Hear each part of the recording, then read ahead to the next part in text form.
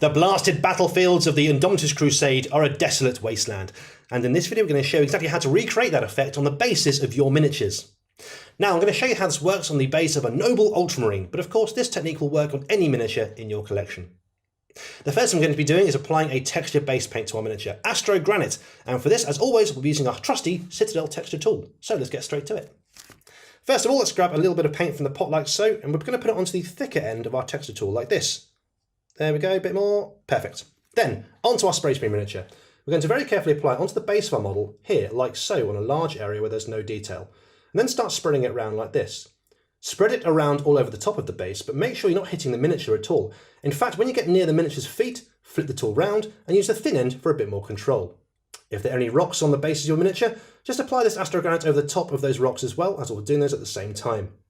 Allow about an hour for this to fully dry, and once it has, we'll move on to the next stage. And there we go, it's been about an hour and the Astro Granite has dried on our base. So let's add some more colour to the top of our base. And we're going to start off with a dry brush of Rakarth Flesh. Over the top of that we'll put another dry brush on, this time Deepkin Flesh. For both of these colours we're going to use our small dry brush. Here's how we're going to do it. Let's take a bit of paint from the pot like so. And we're going to be painting most of this off onto a piece of tissue paper here, just wiping it off here, getting rid of most of the paint so our brush is dry. That's the name dry brush. There we go, perfect. Then onto our spray screen miniature. We're very carefully going to be dry brushing this onto the base like so. Just careful, light strokes going up and down over the base. Being very careful not to hit the miniature itself. So keep that dry brush away from the Space Marine's foot if you possibly can. We're going to go around the entire base like this. And once that's done, we'll move on to the next stage. Next up, it's a dry brush of Deepkin Flesh over the top. This time press a little lighter and work around the base in the same way. And there we go. Now, many miniatures in the Indomitus box, such as this Necron Skorpek Lord, have large bits of rubble on the base, so let's paint that now as well.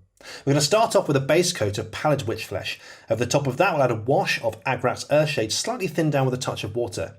Then we'll add two dry brushes over the top of that, first of Rack White and second of Praxeti White. First of all, that base coat of pallet witch flesh, and for this we're using our medium layer brush. Let's take a bit of paint from the pot like so, and add it onto our palette. Now again here we're going to be using a little bit of water just to thin it down, just to make sure it goes on nice and smoothly. And there we go, perfect. Then onto our Skorpek Lord. Here we're going to be placing it very carefully onto the rocks on the base. Be super careful here not to hit any of the parts of the model or the base. Don't worry if you go over these scarabs, we're going to go over those later on. Just very carefully picking out the rocks on the base with pallet witch flesh. Now we have a solid base coat of pallet witch flesh. We're going to water down some Agrat's Earthshade and apply it very carefully all over the rubble here using our medium shade brush. Now as it's going on, make sure you're avoiding any areas of pooling by moving the paint around. You see here, just move that paint around there, just to make sure no paint gathers together and gets a really bad pooling effect. Apply this nice and carefully all over our rubble, and once that's dry, we'll move on to the next stage. Once that's dry, we're going to take a small dry brush and apply a dry brush of Rack White over the top. We're just dry brushing against the grain of the rubble here, just picking out the higher areas on the edges of the rubble.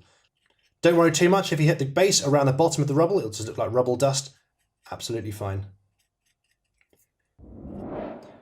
And last but not least, on the rubble, just applying a light dry brush of Praxeti White on the very, very ridges. Once this has been applied, we'll go back and paint the bits of metal and the scarabs in the way we describe in our battle ready videos. So there we go, that's the rubble done. We've also been back and painted up the scarabs and the metal on the base too. Alright, up next let's add some long dead vegetation to our base in the form of Middenland tufts. And for these we're actually going to be using our Citadel fine detail cutters. Now the tufts come on a sticky backing like so, and to remove them we're going to use our cutters like this, just very carefully take one of them off the backing, then onto our miniature, we're going to apply it onto the base like so, just about there. Any way you like really. Now we're going to apply those around the base, maybe one or two on the base. We want to make sure it still looks desolate after all, and once that's done, we'll move on to the next stage. And there we go, that's the tufts on our base done. Alright, up next it's time to paint the rim of the base, but before we do that, we're going to clean up the rim of the base of any extra texture paint that may have fallen there using our Citadel mould line remover, and here's how. Take your miniature like so, and very carefully, on the base, we're just going to drag the mould line remover around the base, around the sides here, just getting rid of any extra texture paint that may have clogged up on the sides here. Make sure we've got a nice smooth base rim.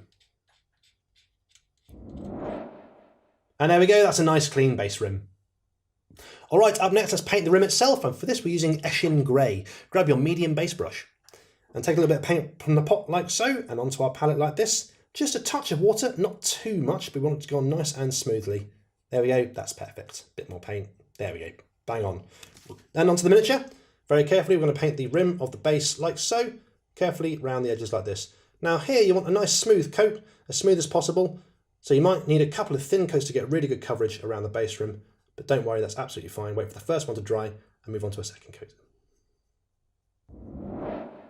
There we go, with the rim done, that's our base complete.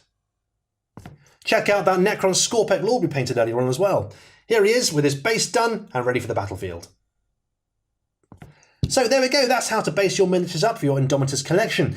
Now a couple of things to remember here. First of all, when you're applying texture paint onto your base, make sure you're giving it enough time to fully dry before you move on to the next stage. We recommend about an hour.